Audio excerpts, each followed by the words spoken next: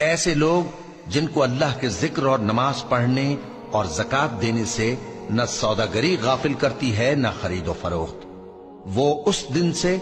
جب دل خوف اور گھبراہٹ کے سبب الٹ جائیں گے اور آنکھیں اوپر چڑھ جائیں گی ڈرتے ہیں، تاکہ اللہ ان کو ان کے اعمال کا بہت اچھا بدلہ دے اور اپنے فضل سے زیادہ بھی عطا فرمائے۔ اور اللہ جس کو چاہتا ہے بے حساب رزق دیتا ہے۔ اور جن لوگوں نے کفر کیا ان کے اعمال کی مثال ایسی ہے جیسے میدان میں ریت کہ پیاسا اسے پانی سمجھے، یہاں تک کہ جب اس کے پاس آئے تو اسے کچھ بھی نہ پائے اور اللہ ہی کو اپنے پاس دیکھے تو وہ اسے اس کا حساب پورا پورا چکا دے،